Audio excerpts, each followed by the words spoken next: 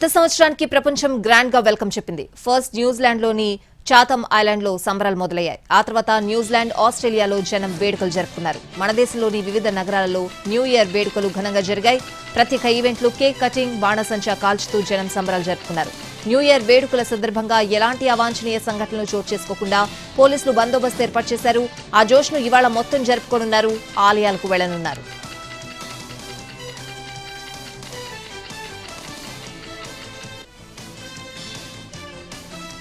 ఈ నెల 4న తెలంగాణ కేబినెట్ సమావేశం కానుంది. సీఎం రేవంత్ రెడ్డి అధ్యక్షతన ఆ రోజున సాయంత్రం 4 గంటలకు సచివాలయంలో కేబినెట్ సమావేశం జరగనుంది. రైతు భరోసా, భూమి లేని పేదలకు నగదు, కొత్త రేషన్ కార్డులు, టూరిజం పాలసీపై చర్చించే అవకాశం ఉంది. సంక్రాంతి పండుగ తర్వాత రైతుల ఖాతాల్లో రైతు భరోసా డబ్బులు జమ చేస్తామని ఇప్పటికే సీఎం రేవంత్ రెడ్డి ప్రకటించారు. ఈ కేబినెట్ సమావేశంలో రైతు భరోసాపై కీలక నిర్ణయం తీసుకునే అవకాశం ఉంది. కొత్త రేషన్ కార్డులకు ఆదాయ పరిమితి, దరఖాస్తుల స్వీకరణపై చర్చించి నిర్ణయం తీసుకోనున్నట్లు సమాచారం.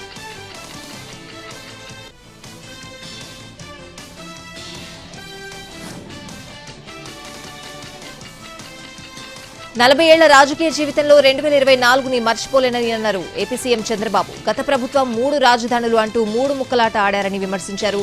దాంతోనే 5 ఏళ్ల సమయాన్ని వృధా చేశారన్నారు. రాష్ట్రానికి రాజధాని లేని అనాథను చేశారని మండిపడ్డారు. కూటమి ప్రభుత్వం తీసుకొచ్చిన సూపర్ 6 సూపర్ హిట్ అయిందని అన్నారు సీఎం చంద్రబాబు. ప్రభుత్వాన్ని విమర్శించే వాళ్లకు సవాల్ విసిరారు. ఈ దేశంలో 4000 పెన్షన్ ఇచ్చే ప్రభుత్వం ఏదైనా ఉందా అని ప్రశ్నించారు ముఖ్యమంత్రి. నదుల అనుసంధానం రాష్ట్రానికి వరంగా మారబోతోందని అన్నారు. జలహారతి కార్యక్రమంతో రాష్ట్రాన్ని సస్యశ్యామలం చేస్తామని సీఎం చంద్రబాబు హామీ ఇచ్చారు.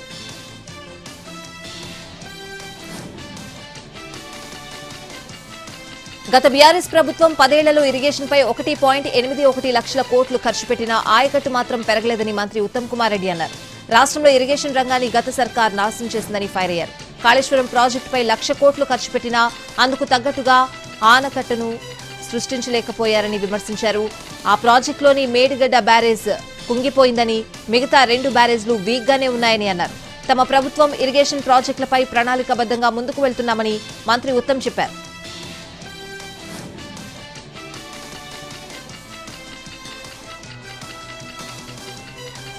ఎన్నికల్లో ఇచ్చిన హామీ రైతు భరోసా పథకంపై మంత్రి తుమ్మల నాగేశ్వరరావు కీలక వ్యాఖ్యలు చేశారు. పంట వేసిన ప్రతి రైతుకు రైతు భరోసా ఇవ్వాలన్నది ప్రభుత్వ ఉద్దేశమని తేల్చి చెప్పారు. రైతు భరోసాపై కేబినెట్ సబ్ కమిటీ ఇంకా ఏ నిర్ణయం తీసుకోలేదని చెప్పారు. రైతు భరోసా విషయంలో ప్రతిపక్షాలు ఆరోపణలు, ఫేక్ ప్రచారాన్ని ప్రజలు పట్టించుకోవద్దని సూచించారు.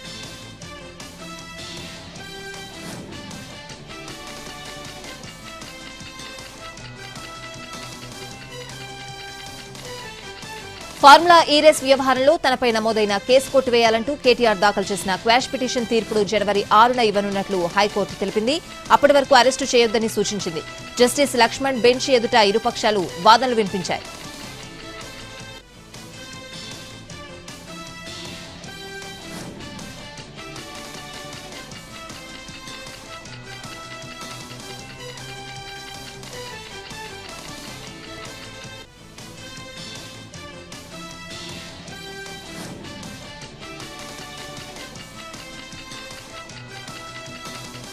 ఏపీ రాజధాని అమరావతిలో 1,206 కోట్ల విలువైన పనులకు సీఆర్డీఏ టెండర్లు పిలిచింది.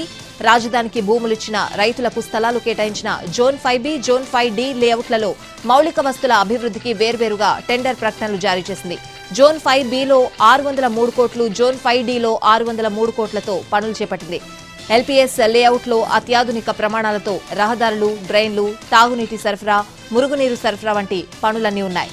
బిడ్ల దాఖలకు జనవరి 21వ తేదీ మధ్యాహ్నం 3 గంటల వరకు గడువుంది.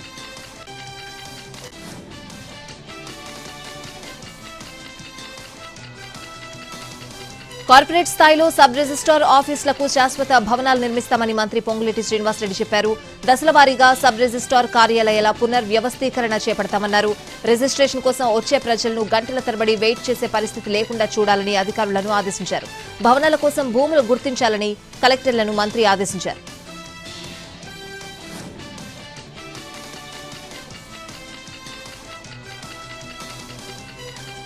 ఏపీ సీఎం చంద్రబాబుపై అంబటి రాంబాబు విమర్శలు చేశారు.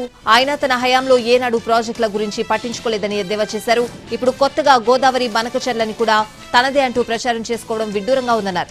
ఈ ప్రాజెక్టు విషయంలో చంద్రబాబు చేసిందేమీ లేదని అన్నారు. దీనిని 3 దశల్లో పూర్తి చేయాలని మాజీ సీఎం జగన్ ప్లాన్ చేశారని గుర్తు చేశారు. కృష్ణా నదిలో నీరు సరిపడా రాకపోయినా గోదావరి నీటితో పల్నాడు, రాయలసీమకి ఉపయోగపడుతుందని జగన్ ప్రణాళిక సిద్ధం చేశారని పేర్కొన్నారు.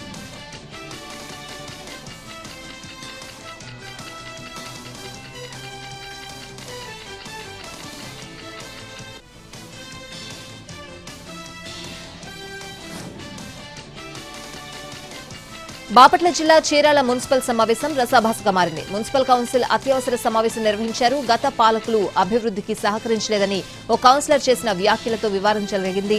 ఇరు వర్గాల వాదనలతో కాసేపు ఘర్షణ వాతావరణం చోటు చేసుకుంది. అనంతరం చైర్మన్ సర్ది చెప్పడంతో గొడవ సద్దుమణిగింది.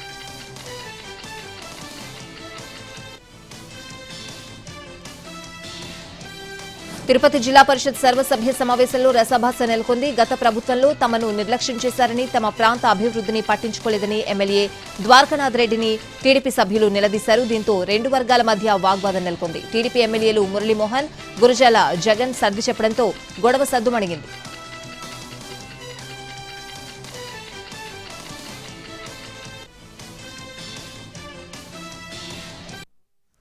రేషన్ బియ్యం మాయం అంశంలో మాజీ మంత్రి పేర్ని నానిపై కేసు నమోదైంది. కేసులో A6 గా పేర్ని నాని పేరు చేర్చారు పోలీసులు. పూర్తి స్థాయిలో ఆధారాలు సేకరించిన తర్వాత పేర్ని నానిపై కేసు నమోదు చేశామని చెబుతున్నారు.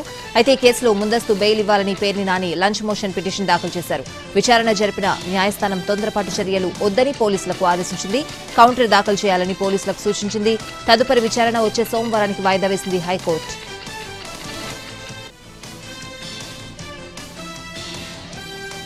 ఏపీ సీఎస్ గా బాధ్యతలు స్వీకరించారు కె విజయానంద్. పలువురు ఉన్నతాధికారులు ఆయనను కలిసి శుభాకాంక్షలు చెప్పారు. డిసెంబర్ 31తో నీరబ్ కుమార్ పదవీకాలం ముగియడంతో ఏపీ నూతన సీఎస్ గా విజయానంద్ ను నియమించింది ప్రభుత్వం. సీఎస్ గా బాధ్యతలు స్వీకరించిన తర్వాత సీఎం చంద్రబాబును మర్యాదపూర్వకంగా కలిశారు విజయానంద్. తనను సీఎస్ గా నియమించిన చంద్రబాబుకు కృతజ్ఞతలు తెలిపారు.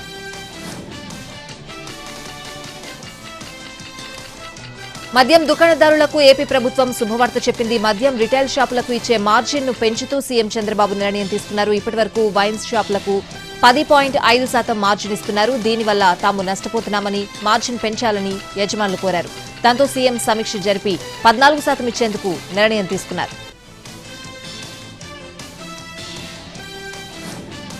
కొడంగల్ మాజీ ఎమ్మెల్యే పట్నం నరేందర్ రెడ్డికి బోమ్రాజ్పేట పోలీసులు నోటీసులు ఇచ్చారు. కాంగ్రెస్ నేత శేఖర్ పై రోటిబండ తండావాసులు దాడి చేసిన ఘటనలో జనవరి 2న విచారణకు రావాలని ఆదేశించారు. ఈ కేసులో పట్నం నరేందర్ రెడ్డి ఇప్పటికే ముందస్తు బెయిల్ పొందారు. అయితే బెయిల్పై ఉండి కూడా షరతులను ఉల్లంఘిస్తూ ప్రెస్ మీట్ పెట్టడంతో బోమ్రాజ్పేట పోలీసులు సీరియస్ అయ్యారు. ఈ క్రమంలో రేపు ఉదయం 11 గంటలకు విచారణకు హాజరు కావాలని నోటీసులు జారీ చేశారు.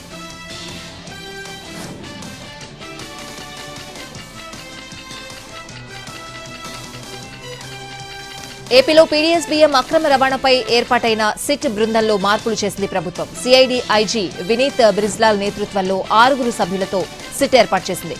సిట్ సభ్యులుగా 2 ఐపీఎస్, 2 డిప్యూటీ కలెక్టర్ల స్థాయి అధికారులను నియమించింది. గతంలో నియమించిన 4 డీఎస్పీలపై అభ్యంతరాలు రావడంతో మరో 4 సభ్యులను నియమించింది ఏపీ ప్రభుత్వం.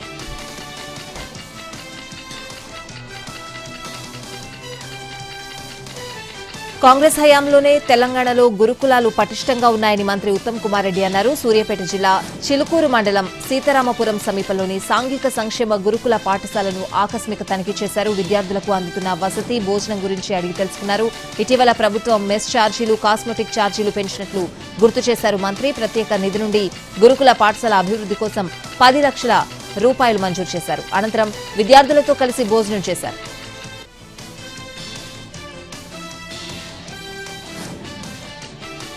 1వ తేదీకి ఒకరోజు ముందుగానే ఏపీ ప్రభుత్వం రాష్ట్ర వ్యాప్తంగా పింఛన్లు అందిస్తోంది. మంగళవారం ఉదయమే ఎన్టీఆర్ భరోసా పింఛన్ల పంపిణీ కార్యక్రమం జరిగింది. పల్నాడు జిల్లా యలమందలో సీఎం చంద్రబాబు నేరుగా లబ్ధిదారుల ఇంటికి వెళ్లి పింఛన్లను పంపిణీ చేశారు.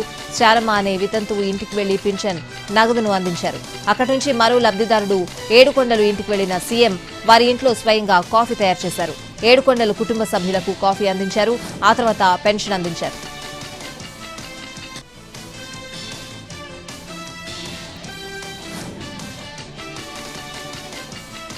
సికింద్రాబాద్ లో పోలీసులు పలుచోట్ల డ్రంక్ అండ్ డ్రైవ్ టెస్టులు నిర్వహించారు. మద్యం సేవించి వాహనం నడిపిన వారిని అదుపులోకి తీసుకున్నారు. పలువురు పోలీసులపై ఎదురు తిరిగారు.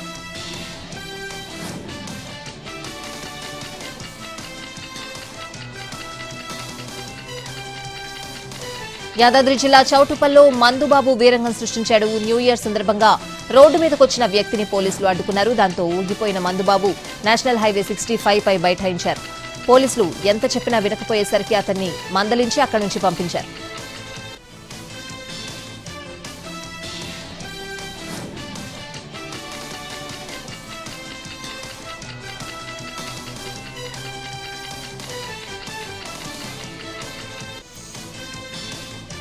అనంతపురం జిల్లా తాడిపత్రిలో చైన్ స్నాచర్లు రెచ్చిపోయారు. గాజుల కృష్ణప్ప వీధిలో ఇంటి వద్ద కళ్ళాపు చదువుతూ ఉండగా మహిళ మెడలో నుంచి చైన్ అపహరించుకుపోయారు. అందరూ చూస్తూ ఉండగానే దొంగతనం చేయడంతో ప్రజలు భయాందోళనకు గురవుతున్నారు. సీసీ ఫుటేజ్ ఆధారంగా దర్యాప్తు చేపట్టారు.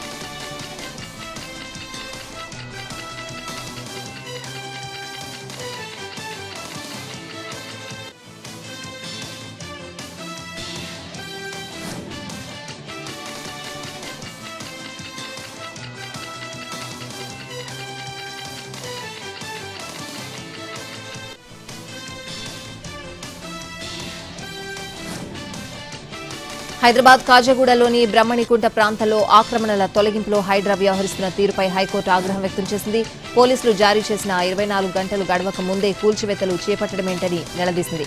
దీనిపై గతంలో హైడ్రా కమిషనర్కు స్పష్టంగా చెప్పినా మళ్లీ అదే కొనసాగిస్తున్నారని, ఇలాగైతే మరోసారి కోర్టుకు పిలిపించాల్సి ఉంటుందని హెచ్చరించింది.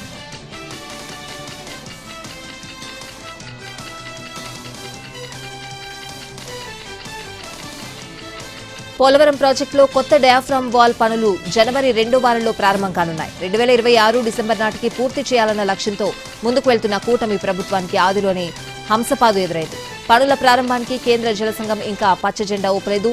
విదేశీ నిపుణుల నుంచి ఆమోదం రాకపోవడమే దీనికి కారణమని తెలుస్తోంది.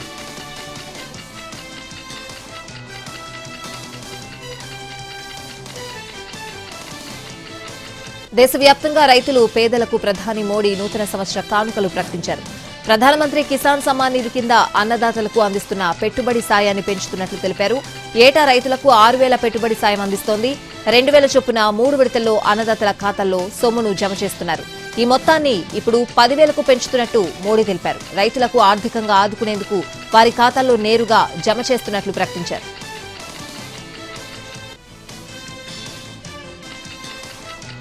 Delhi CM Atishi lieutenant governor VK Saxena మధ్య కొత్త పంచాయతీ నెలకొంది. ఢిల్లీ లెఫ్టినెంట్ గవర్నర్ సక్సేనా ఇచ్చిన ప్రార్థనా మందిరాల నిర్మూలన కమిటీ ఆదేశాలపై సీఎం అతిషి ఫైర్ అయ్యారు. దీనికి సంబంధించి సక్సేనాకు ఓ లేఖ రాశారు. ఆలయాలు, ప్రార్థనా మందిరాలను కూల్చవద్దని పేర్కొన్నారు. అవి కేవలం నిర్మాణాలు మాత్రమే కాదని, భక్తుల సెంటిమెంట్తో కూడుకున్న అంశమన్నారు. ఈ విషయంలో వెనక్కి తగ్గాలని, గతంలో ఇచ్చిన ఆదేశాలను వెనక్కి తీసుకోవాలని సూచించారు. మరోవైపు అతిషి లేఖకు లెఫ్టినెంట్ గవర్నర్ కార్యాలయం ఘాటుగా రిప్లై ఇచ్చింది. ఆలయాలు, మసీదులు, చర్చిలతో పాటు మరే ఇతర ప్రార్థనా మందిరాలను కూల్చాలని తాము ఆదేశాలు ఇవ్వలేదని పేర్కొంది.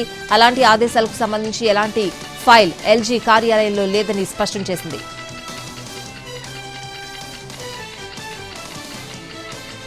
కేరళ మినీ పాకిస్తాన్ అన్న మహారాష్ట్ర మంత్రి నితీష్ రాణే వ్యాఖ్యలపై సీఎం పినరయి ఆగ్రహం వ్యక్తం చేశారు. లౌకికవాదానికి ఆయన వ్యాఖ్యలు విఘాతం కలిగించేలా ఉన్నాయని విమర్శలు చేశారు. కేరళపై ద్వేషపూరిత ప్రచారాన్ని ప్రతిబింబిస్తోందని మండిపడ్డారు.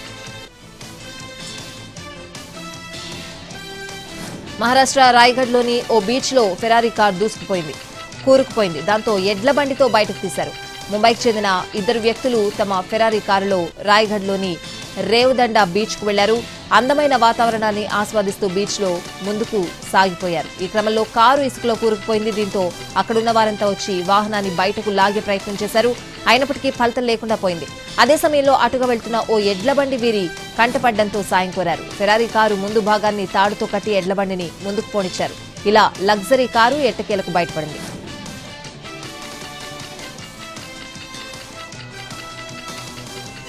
జాతుల మధ్య వైరంతో మణిపూర్లో అల్లకల్లోల పరిస్థితులు నెలకొన్నాయి. రాష్ట్రంలోని ఉద్రిక్త పరిస్థితులపై ముఖ్యమంత్రి బీరేన్ సింగ్ మరోసారి స్పందించారు. ఈ ఏడాదంతా దురదృష్టకరంగా గడిచిందని, అందుకు రాష్ట్ర ప్రజలను క్షమాపణలు కోరారు.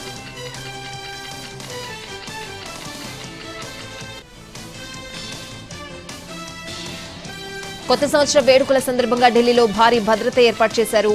ఇండియా గేట్, కర్ణాటక ప్లేస్, సర్దార్జంగ్, విజయ్ చౌక్ ప్రాంతాల్లో పోలీసులు భారీగా మోహరించారు. రాత్రంతా అక్కడ కాపలా కాశారు. 10 గంటల నుంచే ప్రజలు గుమిగూడకుండా ఆంక్షలు విధించారు.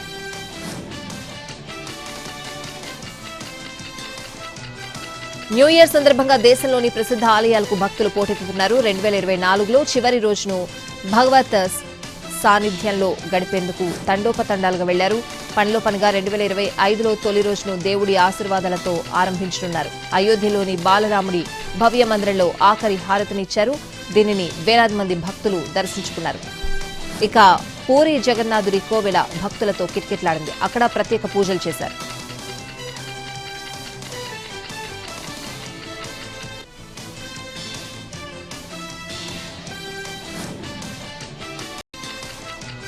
అమెరికాలో కొందరు తెలుగు యువకులు హల్చల్ చేశారు. ఒక ముఠాగా ఏర్పడి తెలుగు వాళ్లే టార్గెట్ గా దందాలు చేస్తున్నారు. డల్లాస్ లో తెలుగువారు నిర్వహిస్తున్న స్టోర్లు, హోటళ్లే లక్ష్యంగా చేసుకున్న ఈ ముఠా దుకాణాలు, హోటళ్ల నిర్వహణలో రూల్స్ పాటించడం లేదంటూ బ్లాక్ మెయిల్ కు పాల్పడుతోంది.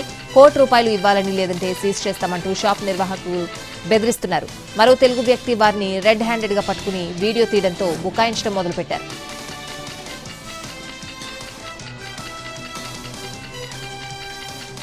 విశాఖ గాజువాకలో ఓ ఇసుక లారీ బీభత్సం సృష్టించింది. సుందరయ్య కాలనీలో బ్రేకులు ఫెయిల్ కావడంతో లారీ రోడ్డు పక్కనే ఉన్న జెరాక్స్ షాప్ లోకి దూసుకువెళ్లింది. ప్రమాదంలో స్టీల్ ప్లాంట్ ఉద్యోగి వెంకటరమణ మృతి చెందారు. ఈ ప్రమాదంలో మరో యువతికి త్రుటిలో ప్రమాదం తప్పింది.